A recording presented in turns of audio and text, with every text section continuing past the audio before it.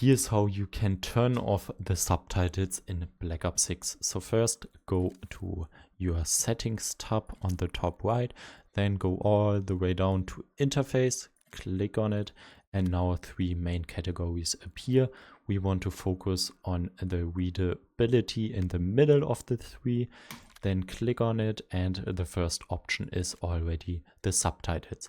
It's probably on default on your computer or Xbox, PlayStation, whatever, and then you can turn it off, turn it on, customize it, click on customize, and down here you have 4 more options for campaign, multiplayer, zombies, and Warzone. And down here you have the size of the subtitles, the background opacity, as you can see on the right in the preview, and the menu text size, text chat text size, and down here the color customization.